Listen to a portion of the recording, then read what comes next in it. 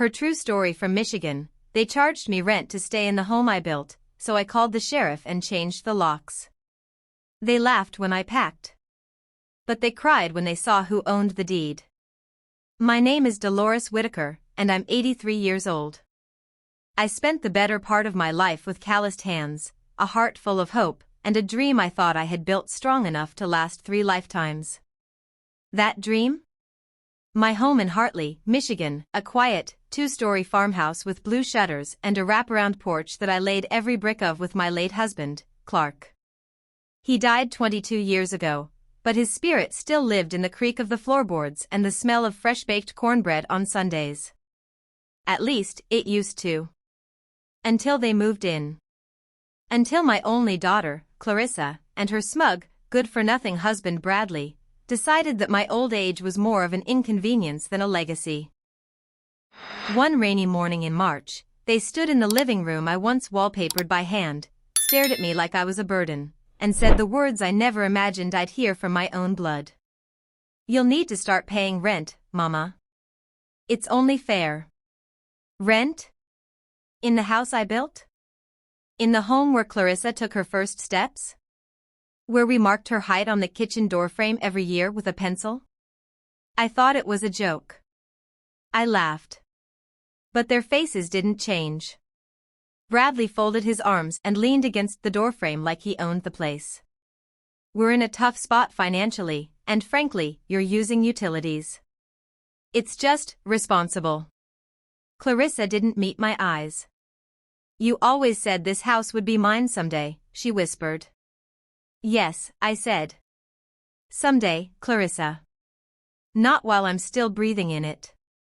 But the rent notices kept coming, handwritten on scrap paper at first, then typed with bold red letters as if that made it more legal. They'd taken over the master bedroom. My room. Told me the guest room would be more manageable for someone my age. They changed the locks once, said it was for security. I should have known then. That morning, the morning, started like any other. I had just finished kneading dough for cinnamon rolls when Clarissa barged into the kitchen with Bradley behind her. Their eyes were hard. "We've decided it's not working anymore," Clarissa said flatly. "You're too set in your ways." "We need space," Bradley added. "And you're holding us back." I looked down at my hands, still covered in flour. "Are you saying you want me to leave?" "No," Clarissa said, shrugging. "We're telling you to." The rain outside had started to whip against the windows. A storm. I could feel it in my knees. I always could. "Fine," I said quietly. "Let me just get my things." Bradley chuckled. "We already packed them." They handed me a plastic bag with my medication, my shawl, and a pair of old shoes. No coat. No umbrella. Just the storm and a porch that had once welcomed me home, now turned cold and silent. I stepped outside with my dignity clutched to my chest like a blanket that had grown too thin. The doors slammed shut behind me. No hug. No tears. No goodbye. I stood in the rain, heartbreaking, bones aching, too stunned to cry. The wind howled around me like it was mourning what they'd done. And as I turned to walk away, soaked and shivering, I whispered, "You forgot who built this house." Where was I going? I didn't know yet. But I did know one thing. They were going to regret it. Cliffhanger. As Delores reaches the corner of the street, soaked to the bone, a black SUV pulls up beside her. The tinted window rolls down slowly, and the person inside changes everything. Before the betrayal, before the rain, before the rent, I was just a mother who gave everything. The black SUV pulled up like a shadow beside me, the rain bouncing off its roof like tiny hammers. I didn't flinch. I didn't even turn my head. I thought maybe it was someone asking for directions. Or worse, someone who thought I was lost. Homeless. I guess, in that moment, I was. Then the tinted window slid down. "Ms. Whitaker?" The voice was deep. Gentle. A young man, no more than 30. He wore a black coat, and his hands rested softly on the steering wheel like he was trying not to scare me. I squinted through the rain. Do I know you? My name is Jason Monroe. I work for Mr. Halverson. He asked me to keep an eye on you. That name hit me like a gust of warm air. Franklin Halverson. My late husband's best friend. A real estate developer. We hadn't spoken in years, but I remembered his words at Clark's funeral. If you ever need anything, Delores, anything. Mr. Halverson asked about you last week, Jason said, stepping out and gently offering his umbrella. He had a feeling something wasn't right. He wants you to come stay at his guest house for a few days. If you're willing. I hesitated, but only for a moment. As I slid into the warm leather seat, wrapping the shawl around my shoulders, my fingers clenched tighter. Not in fear. In resolve. Back at the house, the one I built with Clark, my daughter Clarissa poured wine into 2 tall glasses. Bradley lounged on the couch, feet up like a king in a palace he didn't build. I told you she wouldn't fight it, he laughed. She's too old. She'll probably find a nursing home. Clarissa was quiet. Her fingers fidgeted with the wine glass stem. She always said this house was hers, she murmured. It is now, Bradley snapped. She has no deed. You said that yourself. Clarissa looked out the window. She didn't say it aloud, but deep down, she wasn't sure. 2 days passed at Franklin's guest house. It was peaceful, almost too peaceful. The fireplace crackled, and a pot of soup always simmered on the stove. Jason brought groceries and warm blankets. But I wasn't resting. Not really. I was remembering how Clarissa came into this world 2 months early, so small I used to warm her socks in the oven. How I took double shifts at the diner so she could take ballet, even when I had to sew her leotards by hand. How I sold my engagement ring when she needed college tuition. How she met Bradley at 26, and how something changed after that. He didn't like how close we were. He always joked about old folks overstaying their welcome. At first, I laughed. Then he started making suggestions about boundaries, downsizing, retirement homes. I should have seen it. I did see it. But a mother always hopes she's wrong. Franklin arrived on the 3rd day. He was older now, slower, but his presence still filled a room. They've done something, haven't they? He asked, gently. I nodded. They're trying to take the house, I said. Said I owe rent. They packed my things. Tossed me into the rain like I was trash. Franklin was quiet for a long time. I told Clark years ago, he finally said. That house, we never filed it under his name. It was always yours, Delores. You're the one who paid off the second mortgage. You're the one on the deed. I blinked. I'm what? You own it, Delores. They don't. They never did. I sat back, heart pounding so loud I could feel it in my teeth. All this time, I was still the owner. They laughed when I packed. But they hadn't checked the papers in the attic drawer. Franklin slid a folder across the table. Inside, a certified copy of the house deed with one name on it, Delores Whitaker. Next to it? A second document. A letter addressed to a sheriff. You ready to go home? Franklin asked. I looked out the window. The storm had passed. Yes, I whispered. It's time. It wasn't just about the house anymore. It was about everything I gave, and everything they took. Franklin and Jason drove me into town just before noon on Friday. The skies were clearer, the air cooler. I wore my best sweater, the navy blue one with the pearl buttons. The one Clarissa had complimented so many times growing up. Funny how things meant something different when people forgot what they cost.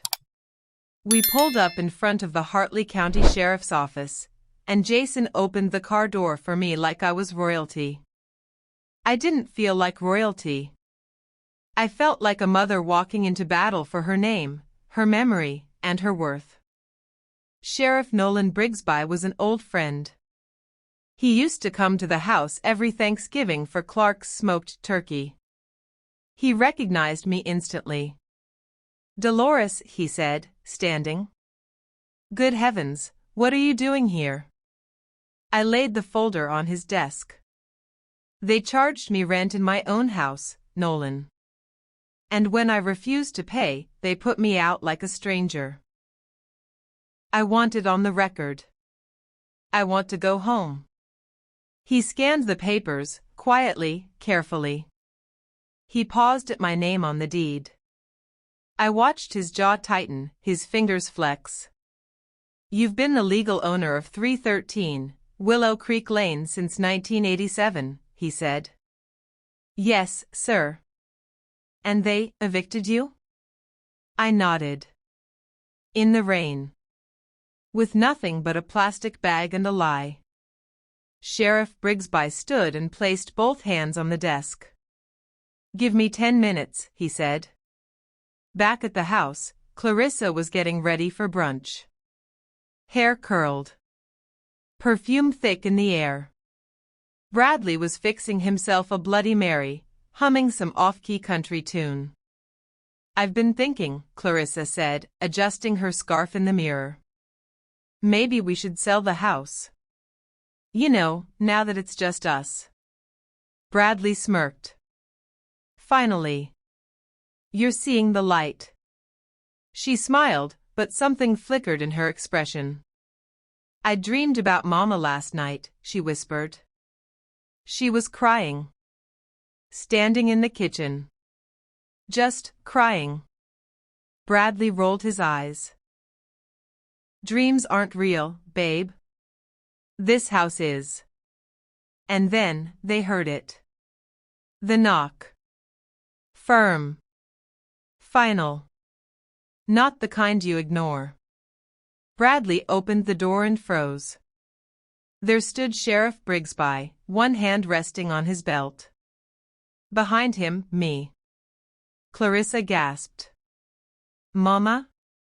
"Hello, Clarissa," I said calmly. "I've come home." Bradley stammered, "You can't just." Sheriff Brigsby interrupted, "Actually, she can. I've reviewed the documents. Delores Whitaker is the sole legal owner of this property. You have no right to demand rent. No right to remove her. No right to occupy any part of this home." Clarissa's face turned pale. "But she gave it to me," she blurted. "Did she?" the sheriff asked. "Because I see no deed transfer, no written agreement. Just a lot of entitlement and poor manners." Bradley stepped forward. "She's confused. She's old." That was the last straw. I turned slowly to face him. "You think because I'm old, I'm weak? Let me remind you, Bradley, I carried your wife in my body. I scrubbed toilets, waited tables, and buried the man I loved to keep this roof over her head. You came in with your shiny watch and slick words and forgot something important. This house was never yours to claim." Sheriff Brigsby gave them two choices: vacate peacefully within 48 hours, or face legal eviction and possible fraud charges. Bradley sputtered. Clarissa cried. I turned and walked back to the car without looking back. That night, I sat by the fireplace in Franklin's guest house, sipping tea. Jason had lit a fire, and the crackle was the first warmth I'd felt in days. "I thought I lost everything," I told Franklin. "But maybe I just needed to remember who I was before they tried to rewrite me." "You're Delores Whitaker," he said with a smile. "Builder. Mother. Survivor. And legal homeowner." I chuckled softly. They laughed when I packed, I whispered. But they're not laughing now. The next morning, I found an envelope shoved under the door of the guest house. My name was scribbled on the front. Inside? A torn photograph of Clarissa at 6 years old, kneeling beside me in the garden, smiling. And a handwritten note. I don't deserve your forgiveness. But I miss you. I really do. Clarissa. I held the photo, hands trembling. She broke me once. Now she wants a piece of the woman who rose. Forgiveness is a door only I could open, but after betrayal, some doors need to stay locked a while. I stared at the photograph for a long time. The edges were worn, like it had been handled too many times. Clarissa's handwriting on the note was rushed, uneven, unlike her usual perfectionist style. It was the first sign of genuine guilt I'd seen in years. Jason sat across from me, sipping coffee in silence. He didn't ask what the note said. He just watched my face the way a grandson might, gentle, but cautious. She was 6 in that picture, I whispered, placing it on the side table. She used to run through the tulips barefoot every spring. Said shoes slowed her down. Jason smiled. That sounds like a girl who had a happy home. She did, I nodded. Until she outgrew it, or thought she did. 2 days later, Clarissa called. I didn't answer. She called again. Then Bradley sent a message, just one line. You win. But it wasn't about winning. It never was. Franklin had a team prepare the legal paperwork. A formal eviction notice was filed and delivered. They had 24 hours to leave. Sheriff Brigsby stood on the porch, arms crossed, while Bradley shoved bags into the back of their SUV. Clarissa lingered in the doorway, staring at the kitchen one last time. I didn't mean for it to go this far, she said softly. I stepped up behind her. But you let it. Her eyes welled up. I just wanted to feel important. Bradley said you were never going to let go. That you'd cling to this house until you died. I sighed. I wasn't clinging. I was protecting it. I was protecting you. From poverty. From feeling abandoned. From the world. Her voice cracked. Then why do I feel like the villain? I held her gaze. Because you are. When they drove away, I didn't cry. Not because it didn't hurt. But because some tears are earned, and some are just a release. Mine would come later, in private. That evening, I walked back into my home. It smelled musty and cold. The guest room still had my old quilt folded in the corner. I picked it up, ran my hand over the stitching, and remembered the night I sewed it after Clarissa's high school graduation. She'd fallen asleep crying because her father wasn't there to see it. I sat on the bed. The quiet was heavier than I expected. Jason stopped by later with Franklin. They brought cleaning supplies, light bulbs, groceries, and a fresh apple pie. You don't have to do all this, I said. Jason shrugged. Some people break the world, Ms. Whitaker. Some people rebuild it. Franklin winked. We're the rebuilders. We scrubbed the kitchen floors. Tossed out Clarissa's wine glasses. Took down the ugly curtains she'd hung. We even found the deed, yellowed and dusty, still tucked in the back of my late husband's Bible. He had circled my name. So she'll never forget, he had written. I smiled through tears. I didn't forget, Clark, I whispered. I just got a little lost. By Sunday morning, the house had life again. The porch had new flower pots. The fire crackled like it remembered me. And I, for the first time in years, felt safe inside my own skin.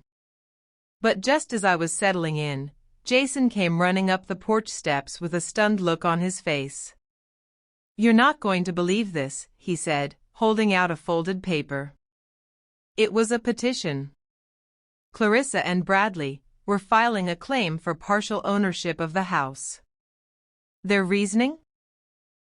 Emotional investment over time. I laughed out loud, but it wasn't a joyful laugh. It was the kind of laugh that comes when you've been cut deep, and then they try again. But this time, I wasn't going to just protect what was mine. I was going to show them what fighting smart looked like. They tried to steal the house once, and failed. Now they wanted to rewrite the past. But I still held the pen. I held the petition in my hands, the same hands that had built this home, cleaned it, fed it, and buried my dreams inside its walls. Emotional investment over time. I read those words again. Out loud this time. The way you read a joke to someone just to prove how ridiculous it sounds. Jason leaned against the porch railing, jaw clenched. "They have some nerve. You raised her. He married into your legacy. And now they want to divide it like cake?" Franklin sat beside me, silent. He didn't speak until I set the paper down on the table. "Delores, we can fight this. You have every legal right. That house is yours alone, and any judge in this state would laugh them out of court." I nodded slowly. "I know. But I don't just want a courtroom win, Franklin. I want closure. I want them to understand that just because I'm old, doesn't mean I'm finished." We hired Lillian Pruitt, the sharpest elder law attorney in our corner of Michigan. She was barely 5 feet tall and wore red glasses, but when she walked into a room, people sat up straight. "Ms. Whitaker," she said, flipping through the petition. "This isn't a claim. It's a tantrum in legal format. But lucky for us, tantrums leave fingerprints." "What do you mean?" She grinned. "I dug through the house's history. You never relinquished ownership. In fact, Clarissa has signed documents over the years acknowledging that. One of them even says, in her handwriting, 'I understand this home belongs to my mother and I am merely living with her temporarily.'" Jason whistled. "Game over." But Lillian wasn't done. I also noticed bank transfers. Small ones. "Your pension payments were being rerouted to pay for utilities." I blinked. "Wait, are you saying they were using my own money to fund my rent?" Lillian nodded. "Every month." The next morning, we filed our counterclaim: elder exploitation, unauthorized eviction, financial abuse. Clarissa didn't see that coming. She called. Again. This time, I picked up. "Mother, please don't do this," she said quickly, her voice shaking. "It's not, we didn't mean harm." "No," I said. "You just meant to erase me while I was still alive." Bradley got on the phone. "Look, we all made mistakes. Can't we just move on?" "You tried to bury me in my own home," I replied coldly. "But I planted roots too deep for you to dig out." The court date came quickly. I wore the same pearl-buttoned sweater. Lillian stood beside me with her files stacked like bricks in a fortress. Clarissa walked in holding Bradley's hand. She looked tired. Not because of guilt, but because consequences had finally knocked on her door. The judge, a woman in her 60s, read everything. Took her time. Didn't raise her voice once. When she finally looked up, she said, There is no claim here. There is only shame. She ruled in my favor, completely. Bradley scoffed. Clarissa cried again. But there was no audience left to pity them. As they walked out, I said only one thing. If you want a piece of me, Clarissa, you'll have to build your own house. That night, I sat in my living room, the fire low and warm, a lemon pie in the oven. Jason knocked on the door and brought in a box. "What's this?" I asked. He smiled. It was in the attic crawlspace. Thought you'd want to see it. Inside, a stack of Clark's old journals. Letters he never sent. One of them was addressed to me. If you're reading this, Del, I know you're still fighting. I know they tried to take what we built. But you were always the strong one. Remind them whose name is on the bricks. Remind them what love built and what greed can never touch. I closed the letter, holding it to my chest. He knew. The next day, I received a letter in the mail, not from Clarissa, but from a law firm. Inside was a will. Not mine. Not Clark's. Bradley's father. And what he left behind could turn this quiet little war into a full-blown inheritance scandal. Just when I thought the storm had passed, another wave came crashing in, but this time, I had my boots on and my hands ready. The letter was cream-colored, thick, and stamped in gold, Whitaker and Drake, attorneys at law. I nearly tossed it in the trash, assuming it was more noise from Clarissa and Bradley. But something about the seal, it didn't feel like their usual desperation. I opened it carefully.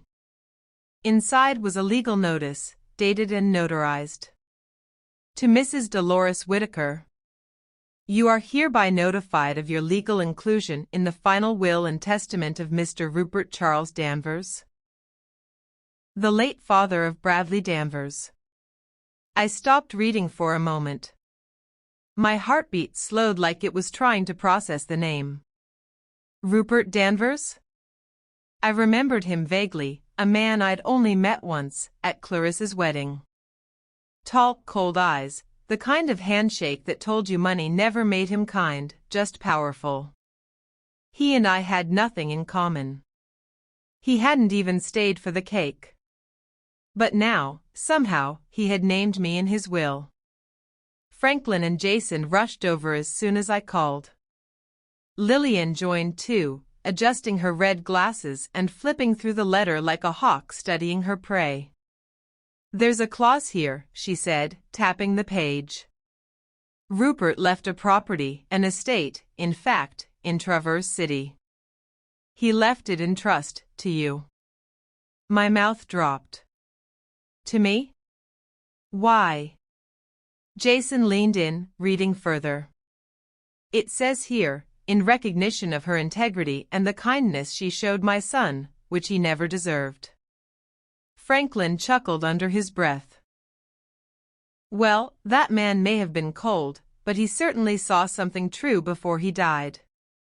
Lillian's smile faded as she reached the last paragraph. Here's the catch, she said. Bradley doesn't know. That night, I couldn't sleep. I lay in the same bed I'd been thrown out of weeks ago, staring at the ceiling fan turning slowly above me. It wasn't about the money. It wasn't even about the estate. It was about why Rupert had left it to me.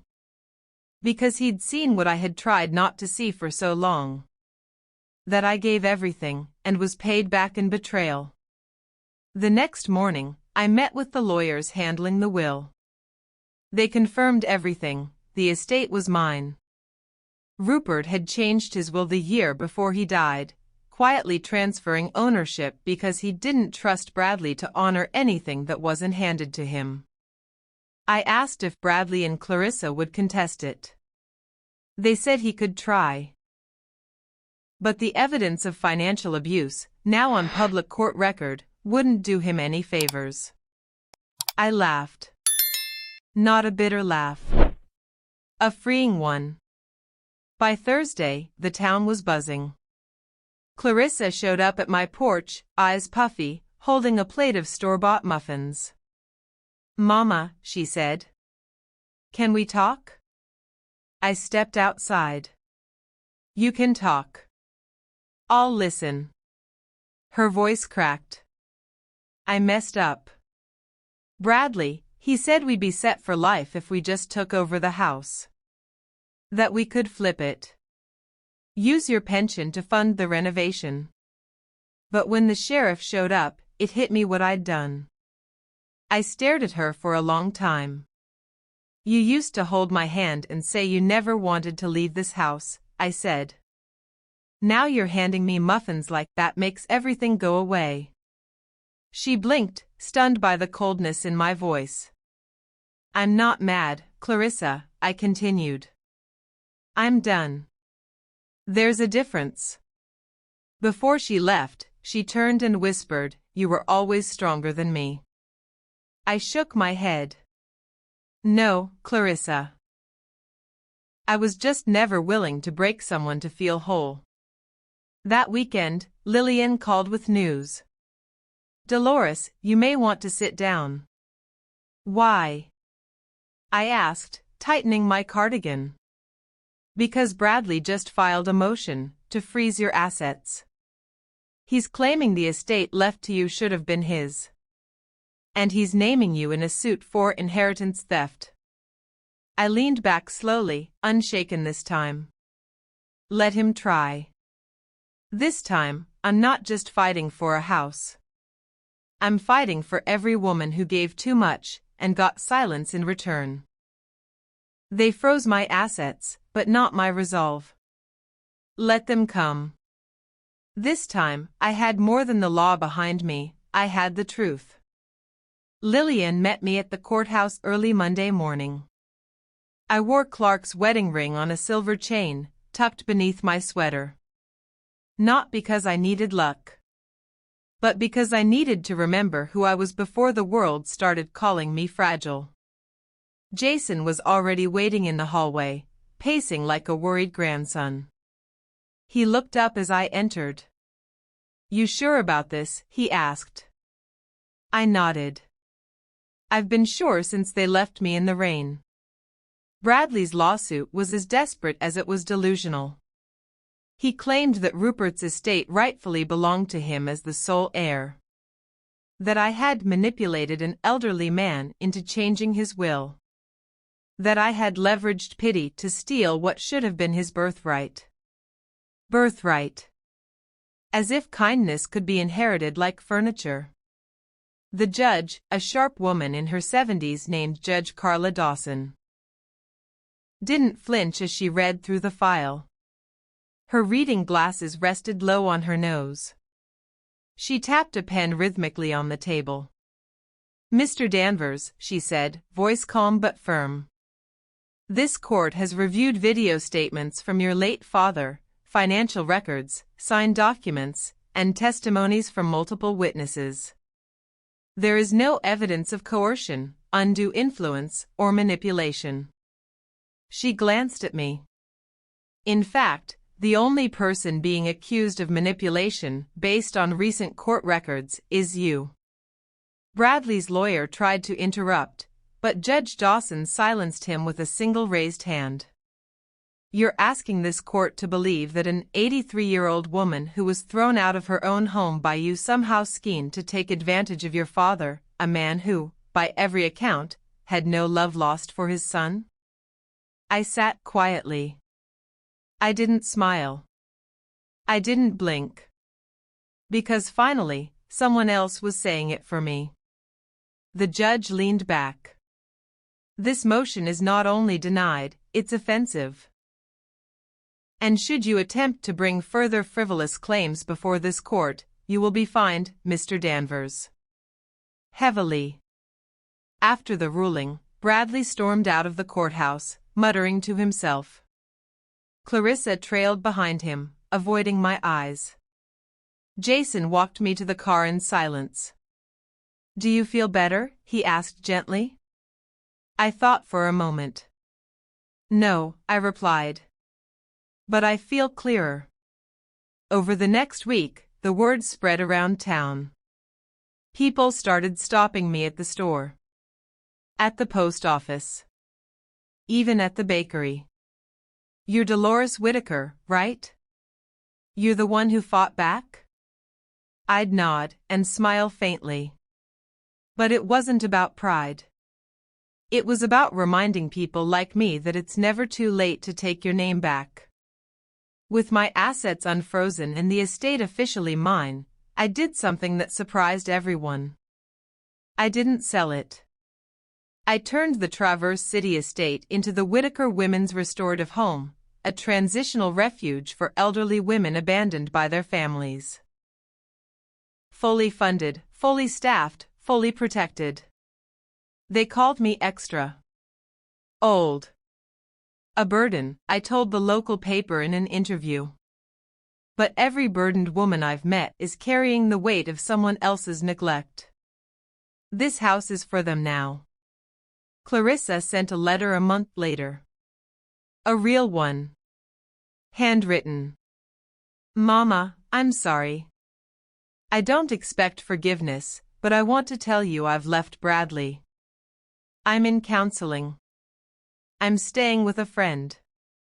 I miss the smell of your cinnamon rolls more than I miss being right. I hope, one day, you'll write back. I folded it quietly and placed it in a drawer. I wasn't ready. But I was no longer angry. Late one night, as I watered the porch plants, Jason walked up holding a worn leather journal. I found this in one of the old estate closets, he said. It's Rupert's. Inside was a final letter, addressed to me.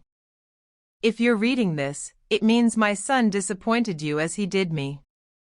But I saw you, Delores. I saw you long before he tried to erase you. You're everything a home should be made of.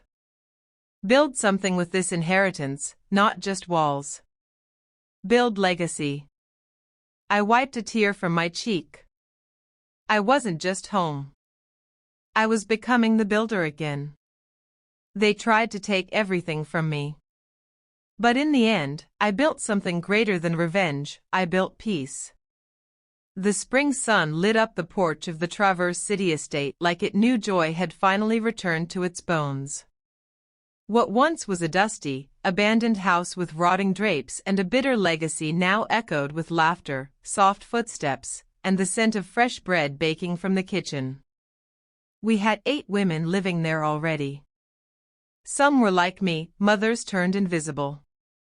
Some had been pushed out by children. Some had simply outlived everyone they ever loved. But all of them carried stories, and all of them walked through those gates believing no one saw them anymore. Until now. I called it the second porch. Because every woman deserves a second welcome home. Jason managed the books. Franklin still visited every Sunday with donuts and too many opinions about curtain fabric. Lillian helped set up free legal services for the women. I baked, hosted tea on Tuesdays, and listened. That was the magic, not the money. The listening. One woman, Marlene, whispered to me one afternoon, "This is the first time in 15 years I've slept through the night without checking the lock twice." Another, Edna, said, "They told me I was crazy when I refused to sign my house over to my son. Turns out, I was just awake." We all were. One day, Clarissa showed up. I saw her from the window, standing just outside the gate, holding a brown paper bag. Her hair was shorter now, her clothes simpler. No heels. No makeup. Just Clarissa. The girl I once raised on peanut butter and lullabies. Jason looked at me. "Want me to ask her to leave?" I shook my head. "Let her in. Just not inside yet." We sat on the porch. The same porch she tried to push me off of, metaphorically. And now here she was, asking for a seat. I know I don't deserve it, she said quietly, but I wanted to see what you built. I poured 2 cups of tea and slid one toward her. You wanted a kingdom, Clarissa. But I was only ever building a home. She nodded slowly, tears slipping past her mascara-less eyes. I left Bradley. I've been working at a care home. It's not glamorous, but it feels right. For the first time in years. We sat in silence for a while. Just the wind and the porch swing creaking gently. Then she asked, "Do you hate me?" I looked out at the garden where 2 of the women were planting tomatoes. "I don't hate you," I said. "But I had to stop hurting myself by waiting for you to love me like I loved you." She flinched. Then nodded. She understood. She came back every week after that. Not to ask for anything. Just to help. Just to listen. Sometimes she brought flowers. Sometimes she just swept the front steps. We didn't talk much. But healing doesn't always need words. One day, Marlene said to me, "She's trying." I nodded. So am I. Months passed. The second porch grew. Donations poured in from across the state. A small documentary team came and filmed our story. We went viral. Older women from all over the country began writing letters. Some just said, "Thank you for proving we're still here." I started saving them all in a binder. Labeled it, "Still Here." One evening, I stood in the original farmhouse. The one Clarissa and Bradley had tried to turn into a rental project. The kitchen smelled like cinnamon again. My old quilt was back on the guest room bed.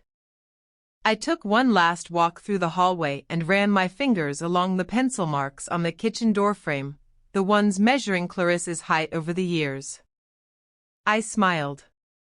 Then I locked the door, turned off the lights, and slid the new deed into my purse. I had decided. It would become the second branch of the second porch. My old home would be a first home again for someone else. Final lines. They charged me rent to stay in the home I built. They laughed when I packed.